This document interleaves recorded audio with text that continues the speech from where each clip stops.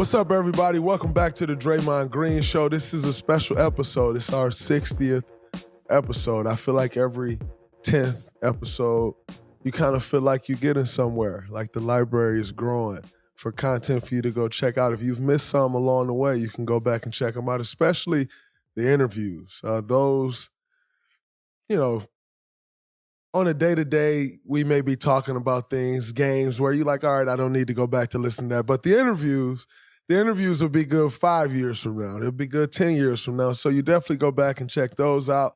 But like I said, I just feel like every 10th episode, it's like a celebration. So we're here to celebrate today. And then when we get to 75, with Jackson, we got to do something special for episode 75. Maybe like a 5-minute interview with a fan or something like that. Like 75 got to be special. So look out for that. This will be a great episode. Today we're going to talk about the Dubs' last few games. It's been 3 close games, unfortunately. We've lost 2 and won 1. On games that we probably should have won all 3. So we'll get into that. We will get into the Rui trade. The Lakers and Wizards agreeing to a trade. The Lakers and Wizards seem to have a thing going. A lot of players been going back and forth from there. It's been interesting to see. I am not implying that anything weird is going on, by the way. I'm just saying it's been a lot of trades going back and forth from there, which also, means there's some good chemistry in between those two front offices, and that's okay. That's not anything wrong. But we're going to discuss how this trade affects the Lakers. Does it get the Lakers over the hump? Do they still have the same issues? I'll give you my opinion on that, and then we'll also look ahead to Wednesday's game versus the Memphis Grizzlies. If you love the Dubs, you know that January is a key month for us. Big matchups at home against Phoenix, Brooklyn, Memphis, and on the road against teams like Boston and Cleveland. Gonna be a lot of fun to watch on television, but what if you actually could be at those games? For last-minute amazing deals on tickets, not just to the Dubs games, but your favorite NBA team, check out Game Time, the fastest-growing ticketing app in the U.S. And it doesn't stop with the NBA. Game Time has tickets to the NFL playoffs, NHL, and college basketball games. Even concerts and comedy shows, too. So if you're in New York and you want to go see the Knicks take on Cleveland or the Lakers, Game Time has you covered. Or if you want to see Adam Sandler live tonight, this weekend, anytime soon, download the Game Time app, create an account, and redeem code GREEN in all caps for $20 off your first purchase. Terms may apply. Again, create an account, enter the code GREEN, that's GREEN, for $20 off. No matter where you live, get out and have some fun this week. Download Game Time today. Last minute tickets, lowest price, guaranteed. But now let's get into the show. We'll start, like I said, with the 3 close games, the Dubs. The first one being the Boston Celtics. Let me remind you, Jackson wanted to bet on that game, which is a bet if we bet, he should have lost. And the reason being is that is easily a game that we should have won. I'd say a game we dominated for 42 minutes, 41 and a half minutes. At about the 6.5-minute mark, we lost our minds. We started turning the ball over. We start messing up switches. We start giving up easy stuff on the defensive end. We stopped executing on the offensive end. It's almost as if we're like, okay, we got the game won. As if that's not a team that we just met in the NBA Finals 6 months ago, 7 months ago.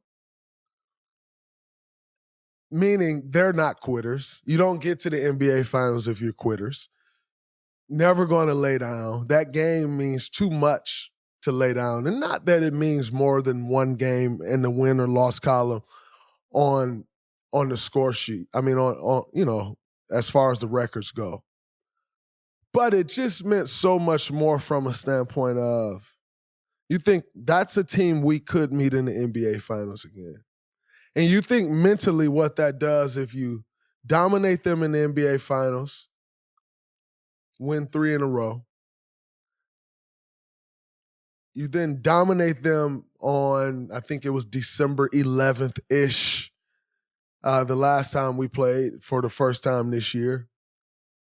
And then you go to Boston, and regardless of what's going on the road, regardless of what our record is, that's a team that know they could see us come June. And you go dominate them at Boston, which we did, by the way, for all of 41 and a half minutes. Problem being, game's 48 minutes long. And in this league, 6.5 minutes is an eternity, especially for a good team, great team. So I said all of that to say, and what I was going into is mentally, if you dominate that team like that, then if you see them again in the finals, that's a huge mental hurdle for them to get over because of what they then believe. And it's not that they believe that they can't beat you, but there's doubt. And if you can ever create doubt in an opponent,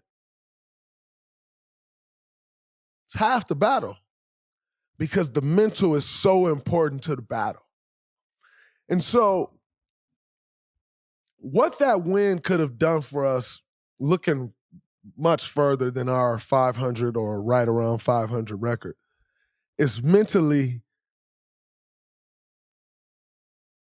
the imprint that you could have left in one's brain, the thought, the doubt that you could have left in the Celtics.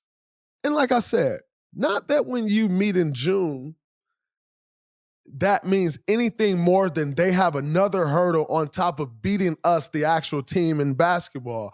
They have another hurdle that they have to deal with. And when you can start stacking up those hurdles, you make it harder, tougher and tougher to get over them. And so that's what that could have done. You never can underestimate what a great win can do as far as momentum goes. You can never underestimate that. Getting a great road win like that and what it does. We missed that opportunity. And then, most importantly,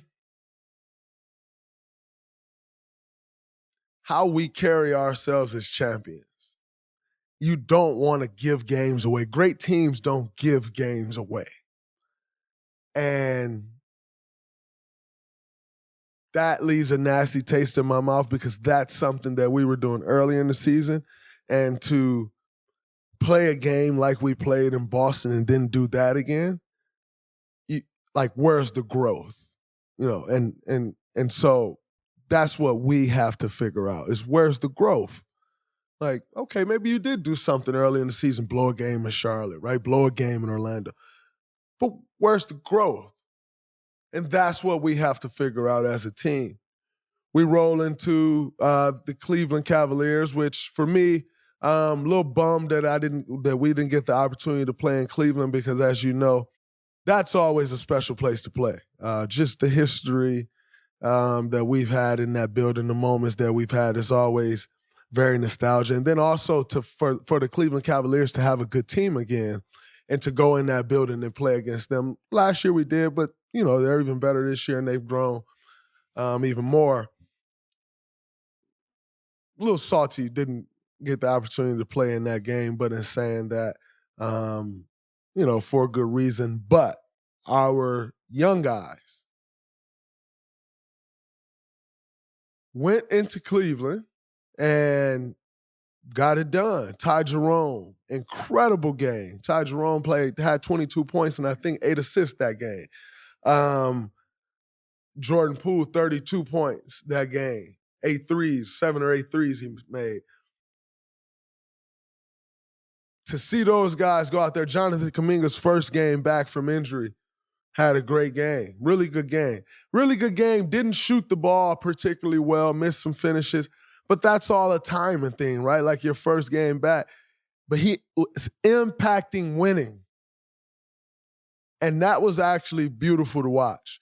And just and to watch him kind of pick up where he left off at defensively, hounding guys, using his athleticism, using his gifts.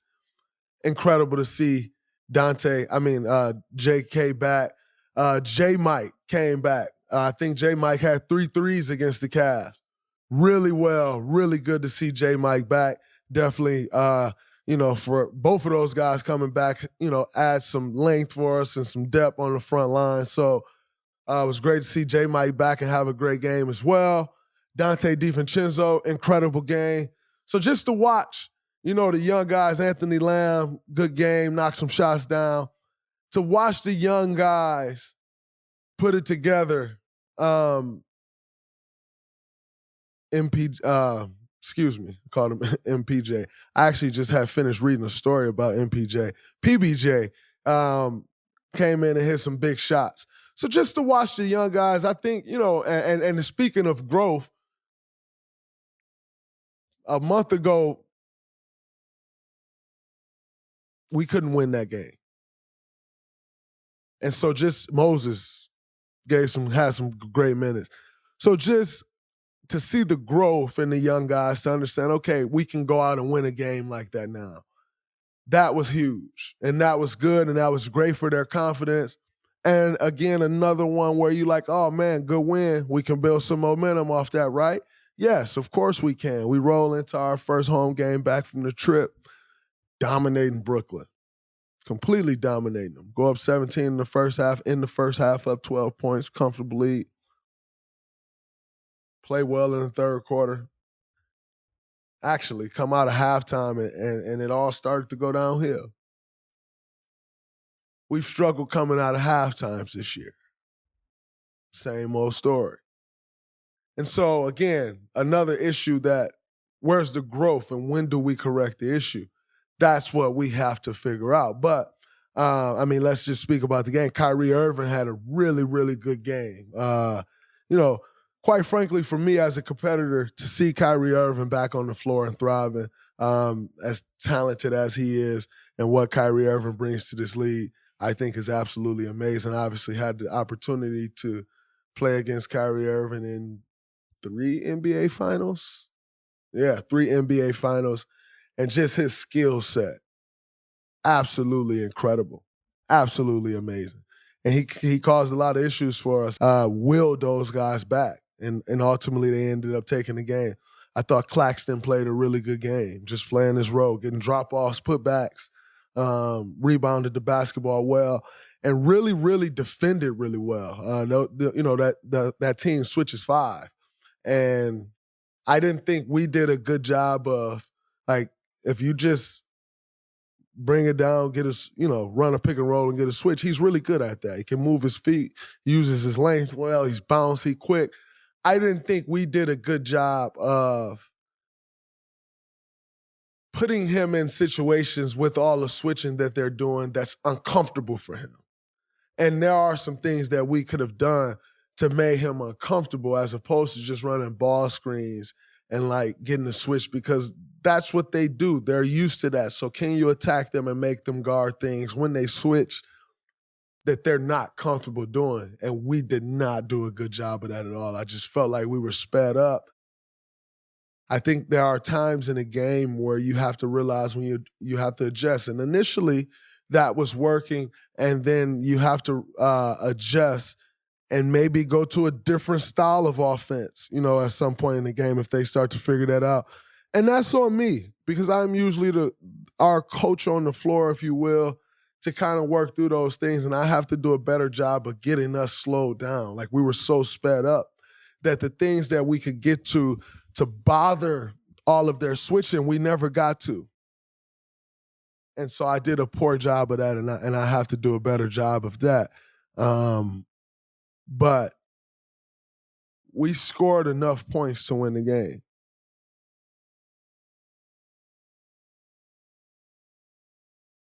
We didn't get enough stops. When it was down the stretch, we needed a couple stops to put the game away. We couldn't get the stops. And that was the same thing that happened in Boston. We couldn't get the stops. And so you have this theme here of, it gets to a point in the game where, okay, you scored enough points. And if you get stops, you'll score more points. But if you're getting scored on every time and now you're playing against a set defense every play, it becomes much harder to execute and get points. And you're struggling on the other end. And so I think this boils down to stops. This boils down to us containing dribble penetration, not allowing a Kyrie Irving to get in the paint and break our defense down every time and our whole defense collapses. But that doesn't just start with one guy. That starts by shrinking the floor so that Kyrie Irving doesn't see huge gaps.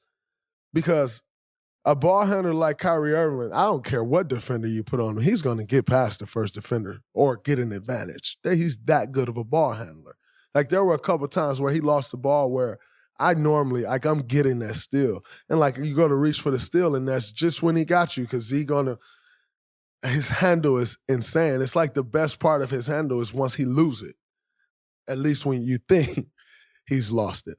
And so we have to do a better job of that. On against Boston, it was Marcus Smart getting into the paint. It was Jason Tatum and Jaylen Brown getting into the paint. And it just collapses your defense. But again, what we have to realize is that's not a one-guy task. That's not one guy that's just going to sit there and say, all right, you're not getting into this paint. It's a communication thing. We have to communicate better because it switches. It's guard-to-guard screens. It's a big setting the guard on the screen, and now they get a switch and they get into the paint on the big. Like, it's communication. It's shrinking the floor. It's making sure your shell is tight. We're not doing a good job of that, and it's costing us games. And so it's very important that we understand where our mistakes are coming down the stretch, and it's all defensive related. And those are mistakes that you can easily correct, but it have to tighten up. We have to tighten the defense up. So that's our last few games. Looking ahead to the Grizzlies game coming up on Wednesday, tomorrow. Obviously, we know the history with these guys. We already played them once at home. We took the win on Christmas Day. They had been playing extremely well, winning 11 or 12 straight, and gotta reset a little bit. But we know who they are coming in here. Very talented young team. Team that's looking to make that next step, take that next jump. And then obviously we've had our fair share of things with them over the last couple of years. Losing the playing game, and then last year sending them home in 6. And, there's never any shortage of bulletin board material. Everybody's trying to build it up to be some rivalry. I don't think they've accomplished enough yet for us to consider it a rivalry, but it's always a great game, and it's one of those games that you're going to get up a little bit more than some other game. It's not the cliche, every game is the same. It's not that. It's a big game. It's a fun game to play in. We know they're going to come and bring the best out of us. We're going to bring the best out of them. And it should be a good game. Ultimately, I always feel like, I always say if we play a good game, they play a good game, we win the game. We play our best, they play their best, we win the game. So they're coming off a little drama, actually, with their game against the Lakers over the weekend. I think we all saw the Dylan Brooks, Shannon Sharp incident. What did I make of this incident?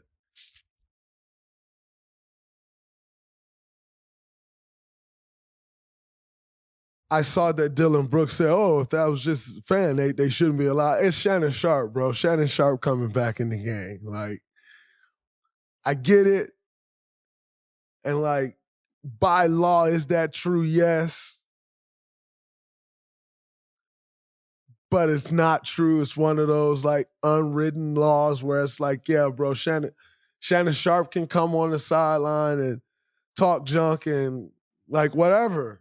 And, Shannon Sharp not getting put out the game. Also, you can't call Shannon Sharp a pedestrian. As someone who talks a lot of stuff to media and about media, Shannon Sharp is Shannon Sharp. Shannon Sharpe is a Hall of Famer.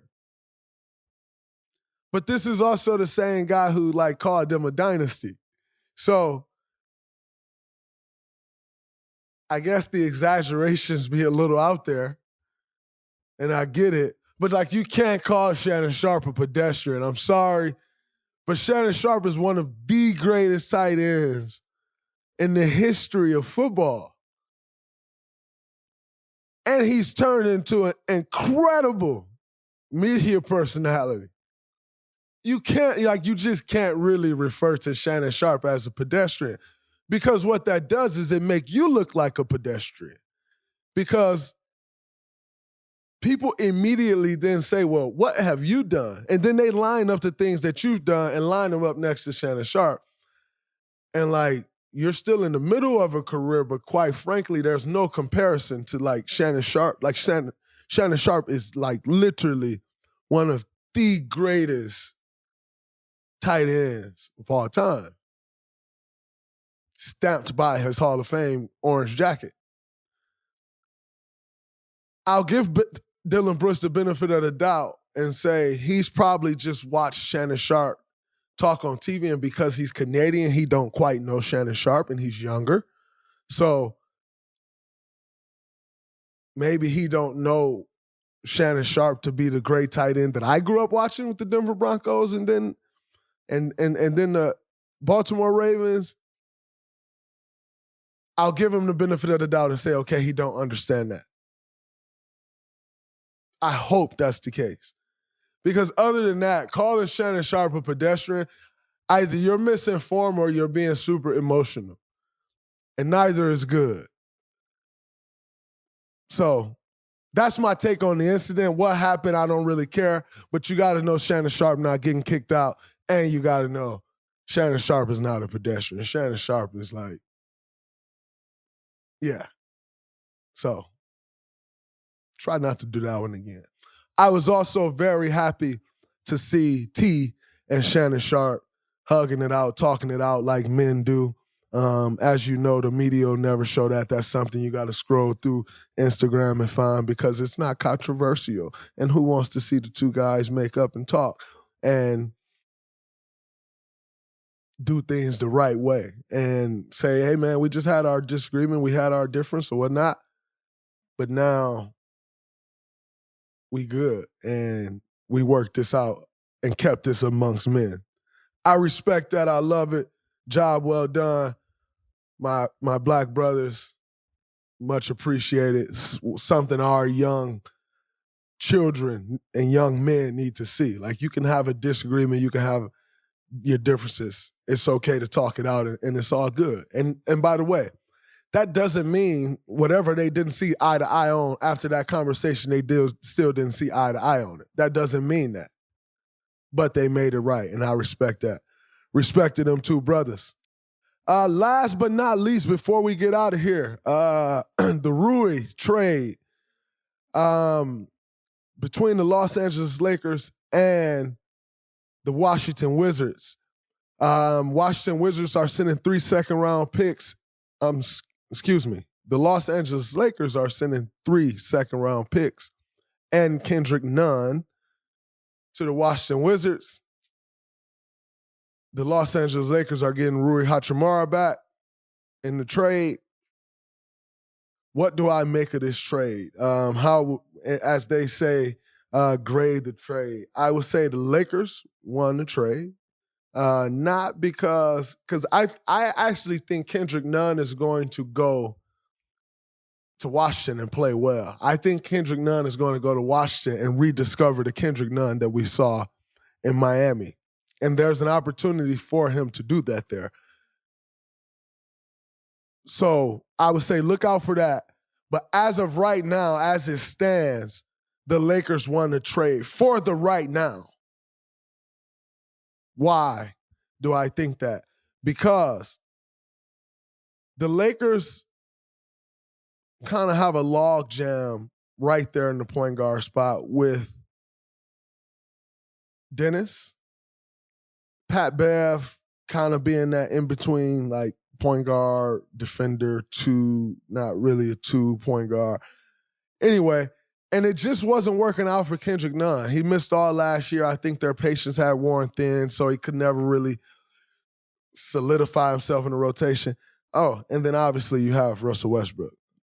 But Russell Westbrook is always in a different category for me, so that's why I did not name Russ. But so I think it was just hard for Kendrick Nunn to find his footing. And I also think they're impressed with what they've seen with Max Christie thus far. Max Christie being a pretty good defender, playing hard, knocking some shots down now, getting to the hole. I think they're pretty impressed with what they've seen from Max Christie. But I also felt like the Lakers know that they have to make some moves. And this is a way of doing it and still holding on to those 2 first-round picks that they haven't wanted to get rid of. Now, here's what I will say. The Rui trade is very good for the Lakers because anytime you can get length and athleticism, it's always helpful. Rui can defend multiple positions, and Rui can stretch the floor and knock the 3 down. Now, he's shooting it at 40%, which is really good, and it's not on 1 attempt a game or like he's shooting a good amount of them. But Rui's shot is the mid-range shot. And as you get into the playoffs, when you got a mid-range shot, that bodes well in the playoffs. And so I think the reason I say the Lakers win this trade is because this just adds another player that can do multiple things. And everyone is going to, like how people will grade the trade, they'll say, well, they still need a true point guard or something, or you know what they'll say? They need shooting, which we all can agree. They can use some shooting. Or a rim protector, because people look and they're like, oh, they don't have this thing, they don't have that thing, and so it doesn't fit the makeup of what my templates say a team should be. Well, I am of the belief you need players that can play. Now, shooting, you do run up into a point to where you need some shooting because the paint will get tight during the playoffs. But rim protection, yeah, you got to have some rim protection, but they do have Anthony Davis, who's like an incredible rim protector. So I think this trade helps the Lakers. Like I said, the fact that Rui can shoot, all of that is great, but the fact that he's another player that you trust and can play and put out there, and he's a respected NBA player. I always talk to people about, like, a player can play well, but if other players don't really respect that guy, it's only so much you can do. Like, respect.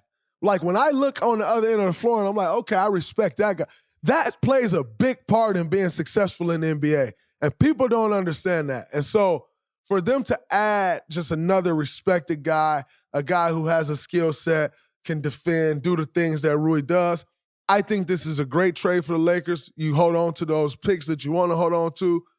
You get rid of some 3 second-round picks. Quite frankly, I came out of the second round, so you could be getting rid of a Draymond Green, but that's neither here nor there. You could be getting rid of a Jalen Brunson, but that's neither here nor there. So you could be getting rid of a Chris Middleton, but that's neither here nor there. You got Rui. I think that's a good trade for the Lakers. Does that get them over the hump? Not necessarily. What's got to get them over the hump is what they've already had. Like, you don't really make trade often that just gets you over the hump in the middle of the season. Doesn't really happen often. So does it get them over the hump? No. What has to get you over the hump is LeBron James and Anthony Davis and Russell Westbrook. Now, does it make them a better team? Absolutely. 100% a better team. He'll help them. So that's my take. That's also the top of the show. That's a wrap. This episode. Shout out to everybody who's listening to this on Amazon app. And also shout out to our listeners and subscribers that's been here along this ride. Later in the week, we have a good interview. Make sure you check that out. I'm out till next time. Peace. What's up, everybody? It's Draymond Green. Make sure you subscribe to the Volumes YouTube channel below so you don't miss any more of this great content going forward.